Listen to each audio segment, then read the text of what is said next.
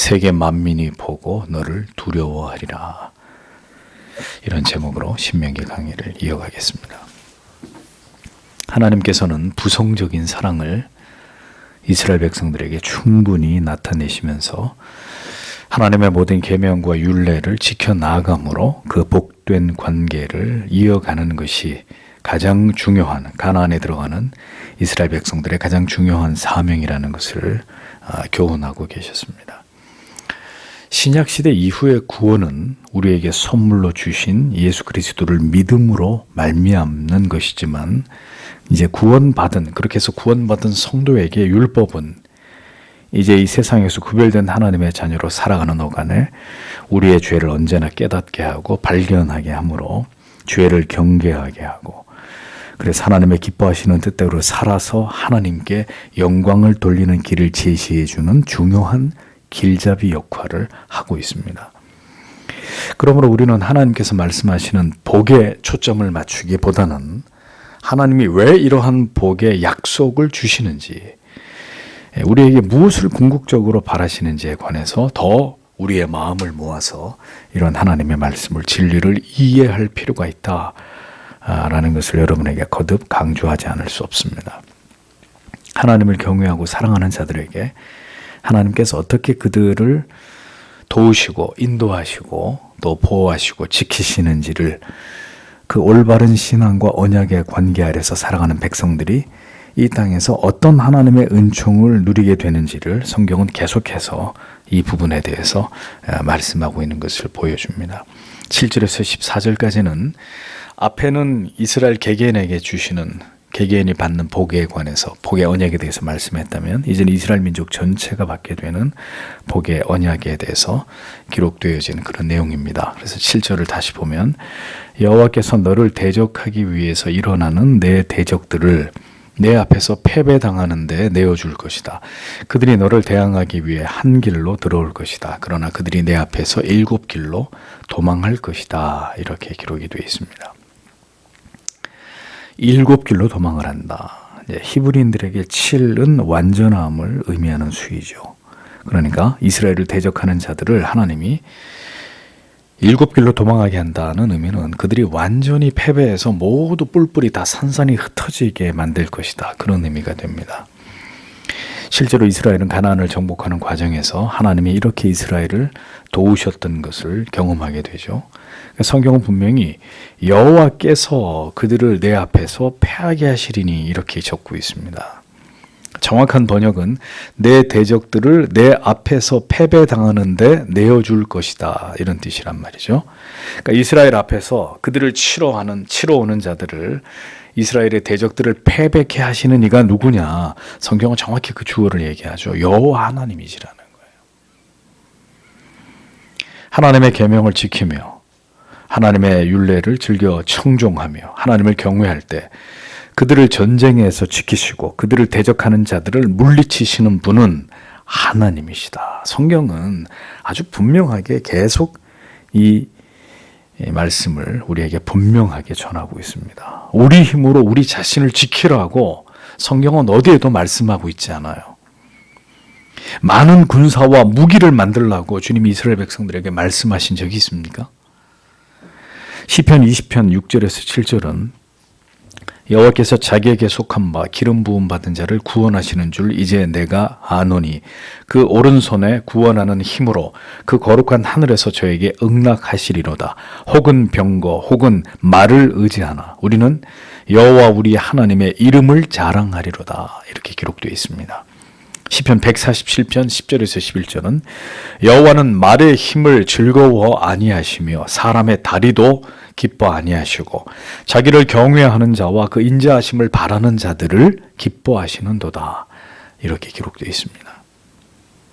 하나님을 의뢰하지 않는 자들이 어리석게도 고대의 전쟁에서 승패를 좌우하던 말을 의지하는 것, 말이나 병거나 군사들의 수에 의존하는 것, 하나님이 기뻐하시지 않는다는 겁니다.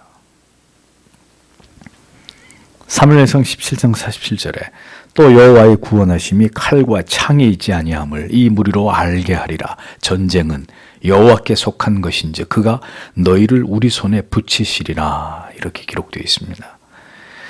하나님께서는 이스라엘이 하나님의 말씀을 삼가 듣고 그리고 하나님이 명하시는 모든 계명을 지킬 때 이스라엘을 대적하는 모든 자들로부터 하나님이 그들을 지키시겠다고 약속하고 계십니다.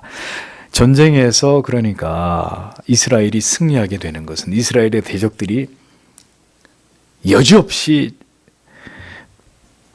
패배하고 패망하게 되는 것은 하나님의 소관이라는 거예요. 하나님의 소관.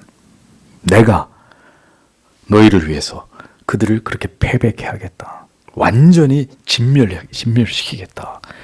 약속하고 계시잖아요. 여러분, 전쟁은 우리에게 속한 것이 아닙니다. 이기고 지는 것은 말과 마병의 수에 있지 않습니다. 군사의 많고 적음이 전쟁의 판도를 적어도 우리에게는 그리스도인들에게는 그것을 전쟁의 판도를 좌우하지 않는단 말이죠. 하나님을 모르는 세상은 사람을 의지합니다. 무기를 의존하고요. 무슨 수를 쓰더라도 이기기 위한 방법을 찾습니다. 하나님을 모르니까 당연하죠. 그런데 우리에게 승패를 좌우하는 문제는 적어도 우리가 가진 어떤 수단이나 힘이나 지혜나 능력이 아니라는 겁니다. 우리가 이기고 지는 것은 우리가 하나님을 경외하느냐 그렇지 않느냐, 하나님의 법을 지키느냐 그렇지 않느냐, 여기에 달려있다는 거예요.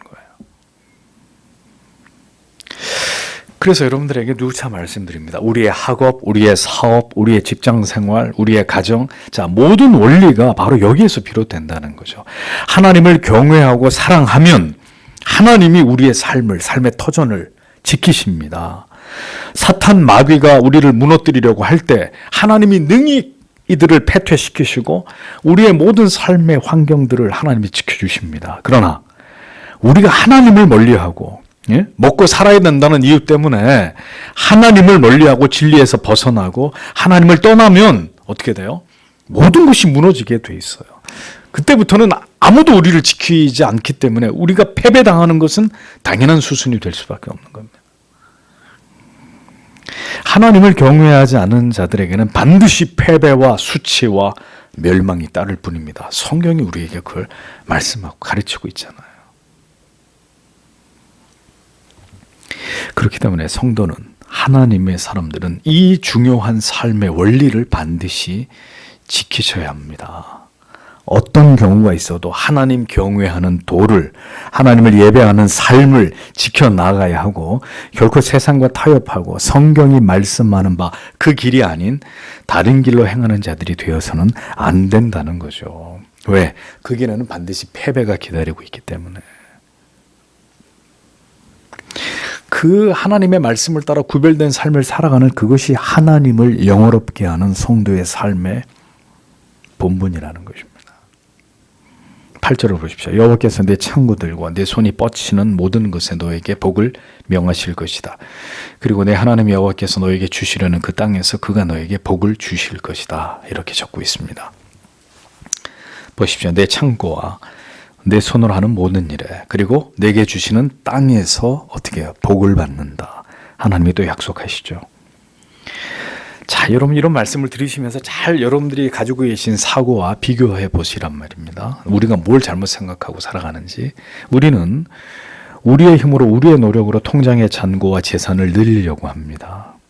자, 여러분 신자는 부자가 되는 것이 인생의 목적이 되어서는 안 된다고 말씀드렸습니다. 우리가 주의 뜻과 계명을 따라서 구별된 삶으로 정직하고 성실하게 일을 하고 하나님과 이웃을 사랑하기 위한 대의를 열심히 따라서 산 결과, 그렇게 해서 사업을 하고 직장을 다닌 결과 부자가 된 결과는 이건 그릇된 게 아니에요. 결과적으로 그렇게 살았는데 그 모든 것을 통해서 하나님이 우리에게 재물을 얻을 수 있는 능을 주셨다면 이건 잘못된 게 아니에요.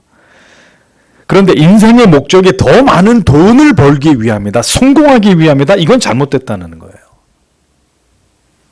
그래서 성공해야 되기 때문에 예수를 믿는다, 내가 부자가 돼야 되기 때문에 내가 교회를 다닌다, 이건 완전히 잘못된 거라는 거죠. 하나님을 경외하고 사랑해서 주의 말씀대로 비가 오나 눈이 오나 내게 어떤 불이익이나 어려움이 닥쳐도 손해를 보더라도 말씀대로 살려고 했는데 그런 숱한 어려움들과 시련이 지나가고 마침내 하나님이 내 길을 형통하게 하셨다면 감사한 일이에요. 이건 정말 하나님이 주신 축복이에요. 결과적으로 그렇게 됐다면, 그렇게 안 될 수도 있죠. 그러면 그 사람은 복을 못 받은 사람이냐? 그런 차원이 아니라는 거잖아요. 그런데 목적이 무조건 이 땅을 사는 동안에 출세해야 되고 잘 돼야 되고, 그래서 예수를 믿고 교회를 다닌다, 헌금을 한다, 내가 봉사라고 헌신을 한다, 기복주의라 이겁니다. 그러면 그게. 그래서 신명기는 지금 그런 말씀을, 복을 준다가 지금 신명기의 초점이 아니에요. 보세요. 내 창고와 그리고 내 손으로 하는 모든 일에 내게 주시는 땅에서 복을 받게 된다고 약속하셨는데, 자, 그러므로 성도의 존재의 목적과 이유는 오직 여호와 하나님을 경외하는 것이고, 그 경외함은 곧 그의 계명과 법과 규례를 지켜 행하는 것이다. 어떻게 함으로써? 하나님의 말씀을 주위에서 삼가 잘 들음으로써. 온전히 하나님이 명하신 바를 우리의 생각으로 변질시키거나 임의로 이동시키거나 이렇게 세상과 타협하지 않고 그 길을 걸어가는 것입니다.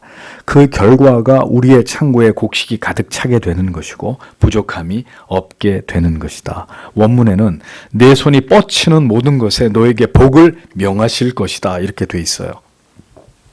그러니까 우리의 믿음과 삶이 하나님을 기쁘시게 할 때 우리 손으로 행하는 모든 일들에 대해서 그것이 악한 죄가 되고 그리스도인의 직업 윤리에 벗어나는 일이 아니라면, 여러분들이 어떤 일을 하시든 간에, 어떤 일, 어떤 직업을, 어떤 직장을 가지고 어떤 일을 하든 간에 하나님이 어떻게 하신다고요? 그 일에 복을 명령하신다. 하나님이 그 일에 복이 임하라고 하나님이 그렇게 명하신다는 거예요. 명령하신다고요, 하나님이. 성도 여러분, 그리스도인이면 다 전문직에 종사해야 되나요? 전부 다 공부를 잘 해가지고 전부 다 이렇게 사자 들어가는 전문직에 다 종사해야 돼요? 그리스도인이면 다 그래야 돼요? 아니란 말입니다. 모두가 좋은 직업을 가질 수 없습니다. 능력대로 하나님이 우리를 지으신 대로 사회에서 일을 하게 되고 생계를 위해서 살아가게 되죠. 그러므로 성도에게는 어떤 직업, 어떤 직장이 중요한 게 아니라 도덕적으로, 윤리적으로 성경의 가르침에 위배되지 않는 직업과 직장이라면 기본적으로 우리가 무슨 직업을 가지고 어디서 일을 하든지 그건 문제될 게 없다는 이야기예요. 궁극의 문제는 직장과 직업을 선택하고자 하는 자가 진정으로 하나님을 경외하는, 하나님의 법을 지키는, 그 마음속에 하나님을 경외하는 마음이 있는 사람이냐 그렇지 않느냐, 이게 핵심이라는 거죠. 창세기 39장 5절에 그가 요셉에게 자기 집과 그 모든 소유물을 주관하게 한 때부터 여호와께서 요셉을 위하여 그 애굽 사람의 집에 복을 내리심으로 여호와의 복이 그의 집과 밭에 있는 모든 소유에 미친지라 라고 기록하고 있죠. 성도는 이 같은 성경의 진리를 믿어야 합니다. 모든 능력은 하나님께로부터 말미암는 거예요. 그가 하나님의 사람이라면. 물론 이 말씀을 오해하지 마세요. 우리가 아무런 노력을 하지 않아도 된다는 그런 의미가 절대로 아닙니다. 성실하고 정직하게 최선을 다해서 신자는 이 땅에서 살아가야 합니다. 그러나 그 같은 우리의 노력으로 혹은 그 모든 동기가 우리의 탐욕과 욕심에 기인하는 것이라면 하나님이 기뻐하는 바가 아니죠. 하나님을 경외해야 되는 가장 중요한 우선순위를 따라서 구별된 삶을 살아갈 때 하나님이 요셉이 하는 일마다 복을 주시고 그가 가는 곳마다 그로 인해서 하나님을 경외하는 바로 요셉 때문에 그가 있는 모든 곳에서 모든 것이 형통하게 되고 복을 받게 되었듯이 하나님의 말씀을 청종하고 그 법을 따라 준행하는 삶이 우선이 되어야 된다는 거죠. 그가 신자가, 참된 신자가 먼저 되어야 하나님이 그의 삶에 형통을 주시는 것이지, 참된 신자가 되는 데는 관심이 없고 나는 돈을 벌어야 돼 라는 것에만 관심을 갖는다, 하나님하고는 무관한 삶이 될 수밖에 없는 거예요. 그가 부자가 된다 하더라도. 물론 그러한 삶이 우리에게 고난과 어려움과 궁핍을 가져올 수도 있습니다. 하나님 말씀대로 살려고 하고 법대로 살려고 하고 하나님이 기뻐하시는 뜻을 세워서 살려고 하니까 세상에서 우리가 불이익을 당하는 일이 생겨날 수도 있어요. 그것 때문에 회사에서 사직을 당하는 일이 생겨나기도 하고 궁핍에 처하는 이런 어떤 시간들을 겪을 수도 있습니다. 그러나 반드시 하나님께서 그 모든 연단을 시련을 지나 하나님을 경외하고 사랑하는 자들의 삶을 하나님이 주관하고 책임지시는 아버지가 되신다는 것을 반드시 그 백성들에게 깨닫게 경험하게 하신다는 것을 우리는 잊지 말아야 합니다. 교회를 다니는 많은 젊은 지체들이 자기들의 직업이나 직장으로 인해서 고민하고 그로 인해서 많은 어려움을 당하고 있는 때입니다. 여러분들에게 귀에 딱지가 않도록 말씀드립니다. 기억해야 될 바는 어떤 일을 하든지 하나님의 영광을 위해서 구별된 삶을 하나님 앞에서 살라 이겁니다.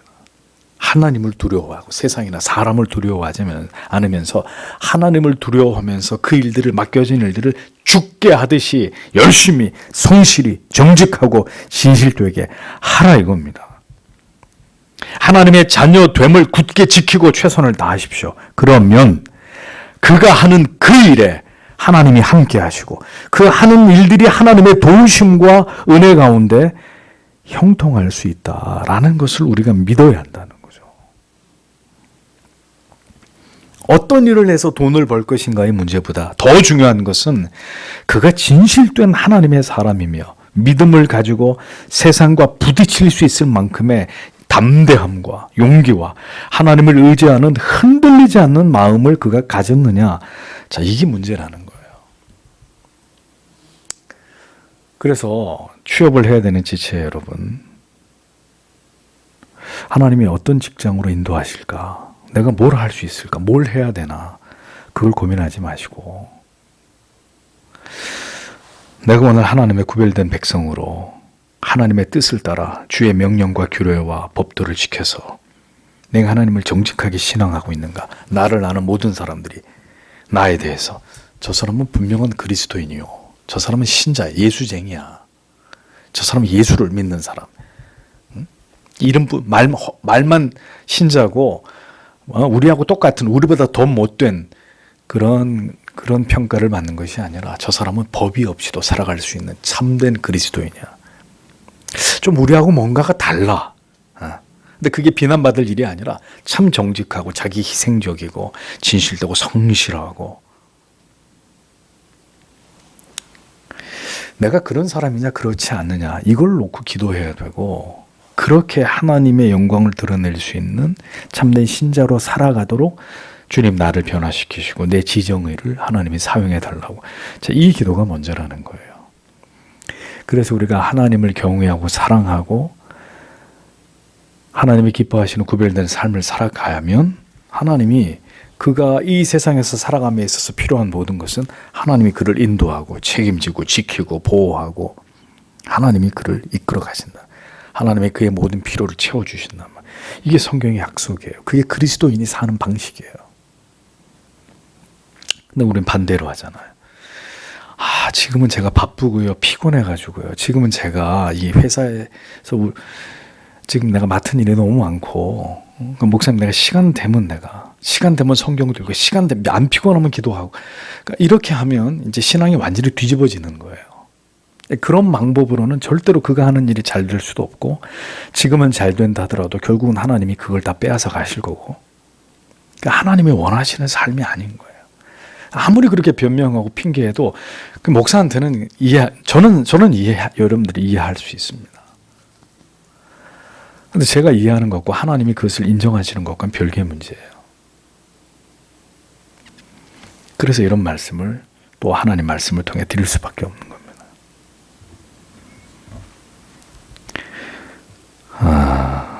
어떤 일을 해서 돈을 벌 것인가의 문제보다 더 중요한 것은 그가 진실된 하나님의 사람이고 믿음을 가지고 세상에서 살아가려고 하는 하나님을 의지하는 흔들리지 않는 마음을 가졌느냐 그렇지 않느냐. 그러니까 그렇지 않다면 주여 내게 이 믿음을 주십시오. 이 분명한 뼈대가 내 신앙 안에 세워지게 해주십시오. 이 기도가 먼저라는 거예요. 주님 취업시켜 주십시오. 뭐 이게 먼저가 아니라 내 연봉이 올라가게 해주십시오. 이 기도가 먼저가 아니라 성경의 원리가 그렇단 말입니다. 그러므로 성도에게 정말 중요한 문제는 복을 받을 것인가, 형통할 것인가, 사업이 잘 될 것인가의 문제보다도 오늘 내가 하나님 앞에서 나의 무지함 가운데서 죄를 짓고 있는 것이 혹시 없는지 성경의 진리를 통해서 정확하게 깨닫고 그 죄로부터 돌아서며 더 분명한 하나님의 말씀과 율법을 통해서 우리 죄가 정확하게 드러나고 밝혀지는 점이라는 것을 잊지 말아야 됩니다. 왜냐하면 나는 내가 지금 잘 믿고 있다고 생각한단 말이죠. 신앙과 세상에서의 삶, 균형을 잘 맞추면서 나는 지금 잘 가고 있다고 생각하는데도 뭔가 잘 안 풀려요. 세상적인 일들이. 세상에서의 일이. 그러면 이제 원인을 어디서 찾아야 될까요? 다시 나를 돌아보는 거예요. 잘 믿고 있다고 생각하는 나, 과연 잘 믿고 있나? 하나님, 혹 무지함 속에서 내가 지금 죄를 짓고 있는데 내가 그게 죄인 줄 모른단 말이에요. 그러면 하나님, 진리의 말씀을 펼 때마다 성령이여 나에게 깨닫게 해주십시오. 나의 무지 가운데 저질러지고 있는 죄가 뭔지 지금. 내가 뭘 놓치고 있는지. 하나님의 말씀과 율법을 통해서 분명하게 나의 지금 죄가 하나님 앞에 불순종하고 있는 부분이 무엇인지를 저에게 깨닫게 해주십시오. 자, 이게 굉장히 중요한 기도 제목이겠죠. 하나님 말씀대로 산다고 하고 있는데 뜻을 세우고 하나님 말씀을 따라 살아가고 있다고 하는데도 계속 뭔가가 일이 잘 풀리지 않고 막히고 힘들고 지치고 이런 일이 계속 된단 말이죠. 그러면 이제 더 면밀히 나를 들여다봐야 되는 거예요. 더 면밀히. 하나님 보여달라고. 우리가 하나님의 자녀인데도 구별된 삶을 살아서 하나님을 영화롭게 해야 되는 하나님의 자녀인데도 우리가 무지와 어두움 속에서 지금 어떤 죄를 부지불식간에 계속 범하고 있어요. 그럼 우리 하는 일이 결단코 잘 될 수 없을 것입니다. 그것은 절대로 하나님의 뜻이 아니고 하나님의 말씀과 동행하는 삶이 아니기 때문이죠. 그러므로 성도는 언제나 겸손한 마음으로 자기를 낮추어서 언제나 내가 틀릴 수 있다라는 것을 생각해야 되는 거예요. 내가 틀릴 수 있다. 지금 내 생각이, 내 주장이, 내 삶이, 내 어떤 방식이 이게 하나님의 뜻이 아닐 수 있구나. 내가 잘못 생각한 걸 수 있구나. 이렇게 유연하게 생각할 수 있어야 돼. 나를 고집하면 안 되고 나는 맞게 가고 있는 거야. 난 아무 문제가 없어. 이렇게 생각하면 안 되고 보여주십시오. 하나님. 내가 뭘 지금 잘못 생각하고 있는지를, 내가 어떤 길을 지금 잘못 가고 있는지를 겸손한 마음으로 자기를 낮추어서 내가 틀릴 수 있다는 생각을 가지고 그렇게 자기를 부인하면서 어떤 길을 무지속에 고집할 게 아니라 정말 이 길이 맞는지, 하나님을 영화롭게 하면서 진정으로 이웃을 사랑하는 길인지, 내가 지금 가는 길이 이걸 확인하면서 이것이 정말 교회와 성도님들을 위한 길인지, 결코 하나님의 마음을 아프시게 하는 어리석은 죄악된 길이 아닌지, 이것을 깨닫는 것에 또 모든 노력을 기울여야 되는 것입니다. 그래서 하나씩 풀어가야 되는 거죠. 그 문제들을 주의 은혜로, 주의 깨닫게 하시는 것을 통해서 풀어가는 거예요. 언제나 말씀드리잖아요. 하나님과 우리의 관계가 해결되면 막혀있는 모든 게 열리게 돼 있습니다. 근데 하나님과의 관계 안에서의 문제점은 찾지 않고 인위적으로 어떤 문제들을 내 힘으로 막 열어보려고 하는 거예요. 막 이것도 저것도 꼬여있는 것들을 내 힘으로 막 풀어보려고 한다. 안 풀려요. 풀리지 않아요. 절대로. 근본적인 문제가 해결돼야 나머지 문제들이 풀려지죠. 그래서 우리가 진정으로 하나님을 경외함으로, 다시 말씀드립니다. 중요한 게 뭐라고요? 하나님의 말씀을 잘 듣고 그리고 그 법을 따라 순종하는 삶을 살아가기 위해 최선을 다하는 것입니다. 최선을 다하다가 넘어지는 것과 또 연약해서 쓰러지는 것과, 그래서 주님 앞에 또 회개하고 하나님 바른 길로 가겠습니다라고 하는 것과 아예 뭐 하나님의 뜻에는 관심조차도 없고 마음대로 죄를 지으면서 또 넘어지고 뭐 이렇게 사는 것과는 본질적으로 다른 문제라는 거예요.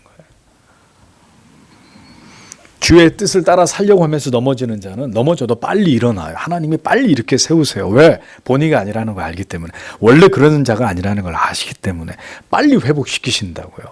근데 기도고 말씀이고 전혀 영적인 것은 경건하고는 관심도 없고 그냥 주일날 교회만 다니는 그런 교인으로 살면서 막 세상 속에서 뒤엉켜 살아가는 거예요. 되는 건 아무것도 없고 영혼과 육신은 핍절해질 대로 핍절해지고, 예? 그럼 이제 신앙이고 뭐 삶이고 뒤죽박죽이 돼버리는 거예요. 이제. 그럼 내가 지금 어떻게 살아가고 있는 건가? 내가 지금 뭘 위해서 사는 건가? 이런 삶의 기쁨과 보람은 뭔가? 총체적인 어둠이 몰려오게 되고 그 영혼은 실족하고 시험에 들고 깊은 영적인 침체에 빠져드는 이런 문제들이 자연히 생겨나기 마련이라는 거죠. 9절에서 10절을 보십시오. 만일 내가 내 하나님 여호와의 명령들을 지키면 그리고 내가 그의 길들 안에 행하면 여호와께서 너에게 맹세하신 대로 그를 위해 너를 거룩한 백성으로 세우실 것이다. 그리고 여호와 이름이 내 위에 불려진 것을 그 땅의 모든 백성들이 볼 것이다. 그리하여 그들이 너를 두려워할 것이다. 이렇게 적고 있습니다. 자, 성경에서 다 얘기했습니다. 하나님의 목적은 뭡니까? 우리를 이 땅에서 살아가는 동안에 거룩한 백성, 성민으로 세우는 것에 있습니다. 여러분들이 잘 되고 부유해지는 것에 먹고 살만해지는 게 있는 게 아니라 성민으로 세워지는 것에 있다. 원문에는 너를 세워 자기의 성민이 되게 하시리니 이 부분이 여호와께서 너를 그를 위하여 거룩한 백성으로 세우실 것이다. 이렇게 기록되어 있어요. 거룩한 백성으로 하나님의 이름을 그 영광을 위해서 우리를 세상에서 구별된 하나님의 사람들로 세워가시는 게 하나님이 우리를 구원으로 부르신 목적이란 말이에요. 여러분 분명히 기억하십시오. 복을 받기 위해 예수를 믿는 게 아닙니다. 천국을 영생을 얻기 위해서 예수를 믿는 것은 결과일 뿐이에요. 그러니까 엄밀하게 말하면 그것도 아니에요.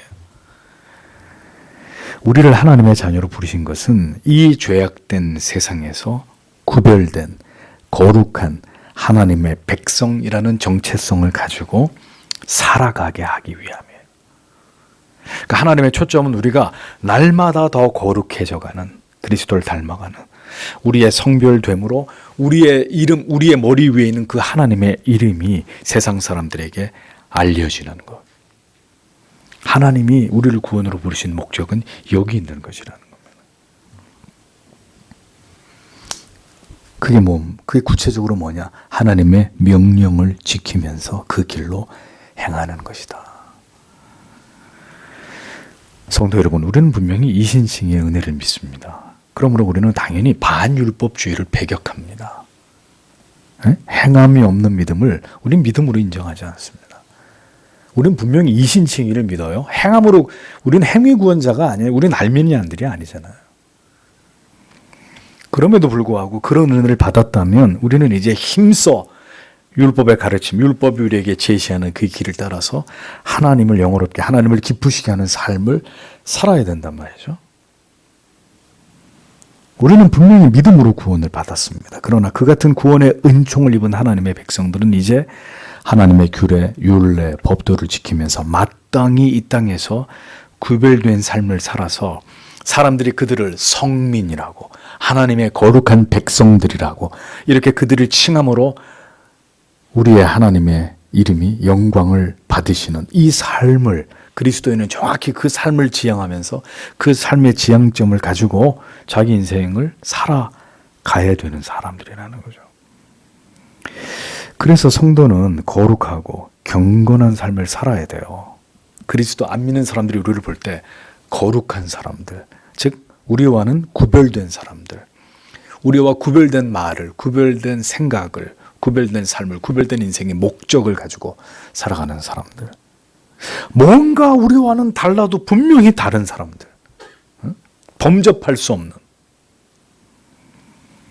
날마다 이기적 자기의 본성과 싸우면서 자기를 부인하고 하나님의 뜻을 가정과 직장과 교회 안에서 받들어서 그 하나님의 뜻을, 그 나라를 구현하는, 하나님을 높이는 삶을 살아가는 사람들로 우리를 세워가시려고 하는 게 우리를 이 땅에 두시고 예수를 믿어 하나님의 자녀 삼으신 하나님의 목적이다. 목적이다. 자, 오늘 이 목적을 따라가는 그리스도인이 교회 안에 얼마나 될까요? 몇 퍼센트나 될까요?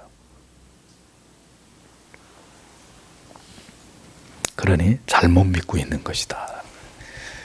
우리의 신앙과 삶이 총체적으로 하나님이 이 길로 가라고 하는데 엉뚱한 길로 가는 거예요.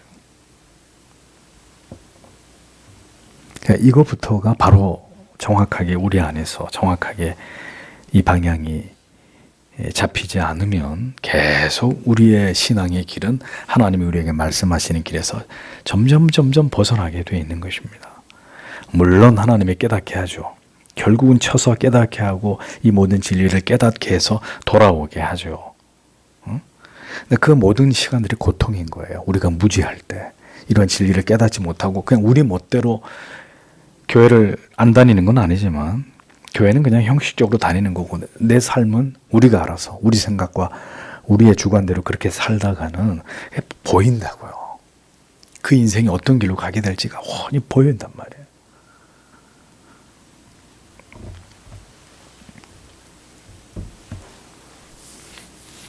우리는 결국 우리의 의를 드러내는 사람들이 아닙니다. 자기를 자랑하는 어리석은 사람들이 아닙니다. 오직 복음의 영광, 하나님의 말씀의 아름다움을 우리의 삶을 통해서 세상에 나타내고 거짓되고 불의하고 악한 세상에서 빛으로 소금으로 존재해야 될 의무를 가지고 살아가야 되는 사람들입니다. 그런 독특한 그리스도인의 삶과 그 삶의 양식, 그 삶의 지향점, 그것을 통해 우리가 믿는 하나님의 위대하심을, 그 아름다우심을, 그 사랑과 공의와 긍휼과 자비를 하나님이 우리를 통해 세상에 드러내시게 해야 된다는 거죠. 예를 들면 어느 음식점에 갔는데 그 집 음식은 유난히 맛있어. 유난히 재료가 신선하고 좋은 재료를 써. 그러면서도 가격은 다른 데보다 비싸지 않아. 알고 봤더니 그 음식점 사장이 독실한 크리스찬이야. 그러면 그 직장을 다니는 사람들이 다 말은 안 해도 뭔가를 생각하겠죠. 아무개 미스터 김, 누구보다 일찍 출근하고 누구보다 늦게 퇴근해. 그리고 언제나 그에게 부탁하면 기쁨으로 들어주고 누구보다 열심히 일하고 희생적이고 정직하고, 알고 봤더니 신자, 교회를 다니는 사람. 이런 거라는 거죠.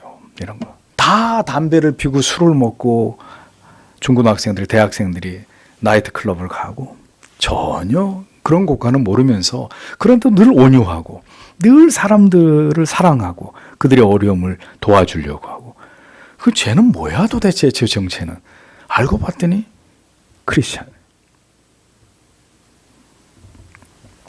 이 원리를 지향하는 삶이라는 거죠. 하나님이 그런 자들에게 왜 복을 주시지 않겠습니까? 왜 그의 삶을 하나님이 지키시지 않겠습니까?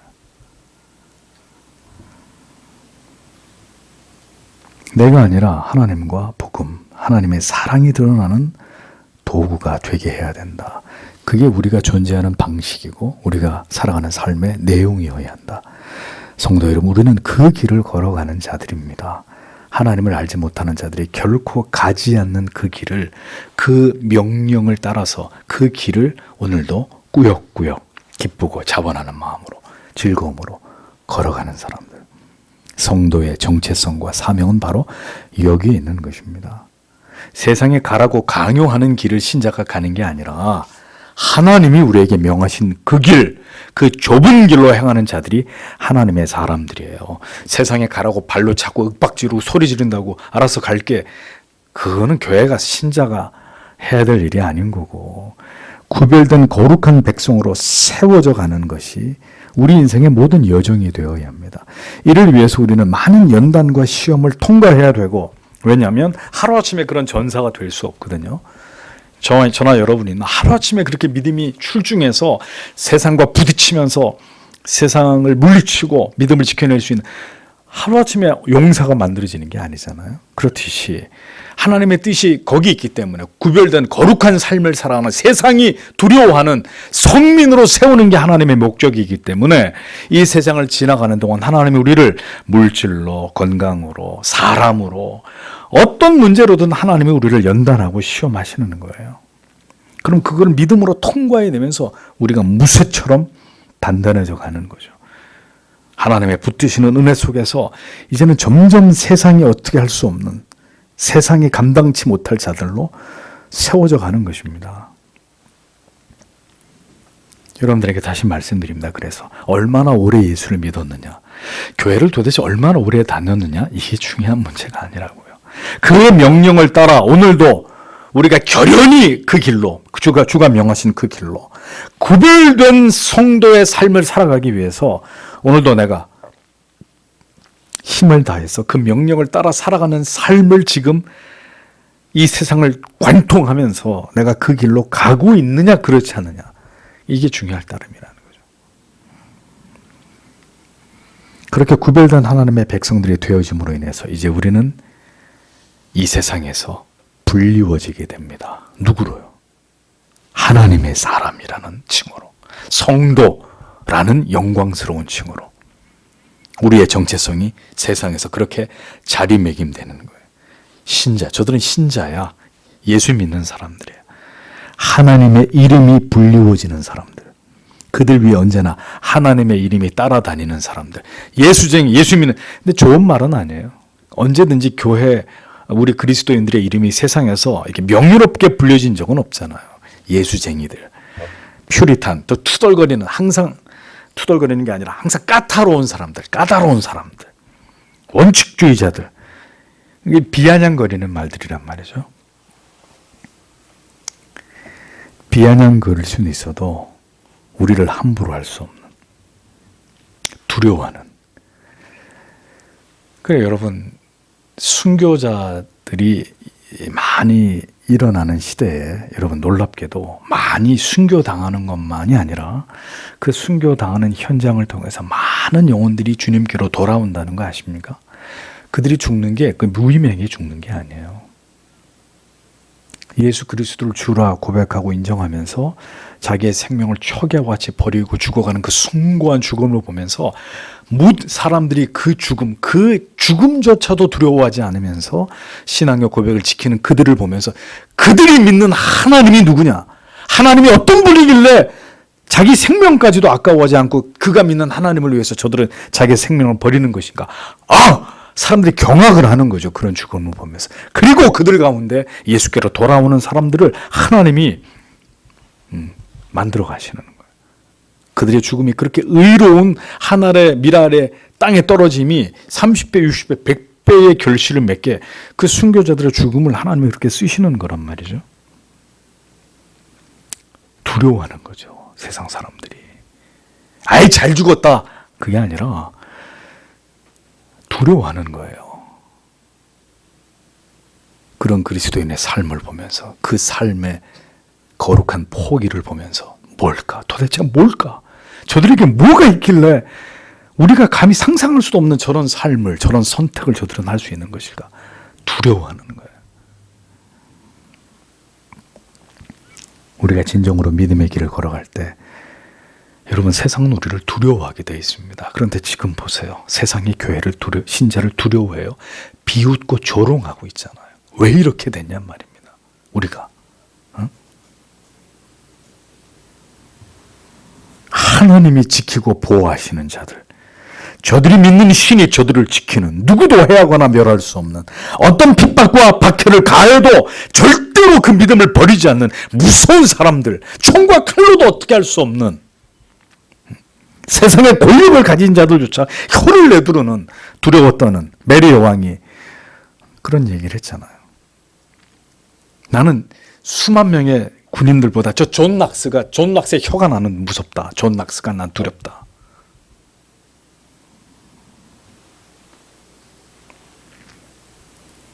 그게 여러분 모든 시대 속에 살았던 그리스도인의 정체성이었습니다. 그들의 존재됨이었습니다. 어찌된 일인지 이 시대에는 앞다투어 교회가 세상에 잘 보이기 위해 혈안이 되어 있습니다. 어떻게든 세상과 충돌을 피하고 굽신거리면서 국가의 권력 밑으로 기어 들어가지 못해서 안달이 되어 있는 이런 형국입니다. 기가 막힙니다. 여러분, 기독교 역사 속에 교회가 그렇게 하나님을 신앙했던 적이 있었으면 말씀해 보세요. 세상 밑으로 기어 들어가서 굽신거리면서 세상이 시키는데 우리는 예 알겠습니다 따라가게, 그렇게 했던 적이 있으면 저에게 말씀해. 역사 속에, 기독교의 일관 역사 속에 교회가 그렇게 비굴한 적이 있었으면 얘기해 보십시오. 여호와 이름으로 일컬음을 받은 자들, 여호와 이름이 우리 위에 불려진 자들. 그래서 세상이 결코 감당할 수 없는, 세상이 명령하거나 세상이 감히 억압할 수 없는 이름, 그것이 바로 성도의 영광스러운 이름이었습니다. 세계 만민이 보고 두려워하는 이름, 그들의 믿음과 그 기백을 두려워하던 이름, 그것이 바로 성도라는 이름이었습니다. 어찌하다가 교회와 성도가 세상에서의 위상이 이렇게까지 무너지고 조롱거리가 되어버렸는지 참담하기 이를 데 없는 시대를 우리가 지금 살아가고 있단 말이죠. 그러므로 더 하나님의 이름을 영원하게 하기 위해 이제 깨어있는 성도님들은 더 거룩하고 순결한 삶을, 경건하고 진실되고 정직한 삶을 이 땅에서 살아내야 하는 것입니다. 신자라는 이름만이 아니라 우리 위에 하나님의 이름이 있음을 우리의 삶으로 세상에 나타낼 수 있는 그 성별된 삶을 이제 우리는 우리가 있는 모든 곳에서 살아내야 하는 것입니다. 그렇게 살아야 구원받는다는 말이 아닙니다. 제 말을 결코 오해하지 마십시오. 세상에 꺾을 수 없는 우리의 믿음과 세상이 흉내낼 수 없는 성도의 거룩한 삶으로 하나님의 이름을 높이며 다시 성도의 그 이름을 세상이 두려워할 수 있는 그 위상을 우리는 반드시 주님이 오실 때까지 회복해 나가야 합니다. 한국교회 전체가 그것을 할 수 없다면 우리 교회만이라도 내 자신만이라도 그것이 하나님이 우리를 아들의 핏값으로 사셔서 하나님의 자녀 삼으신 이유이기 때문입니다.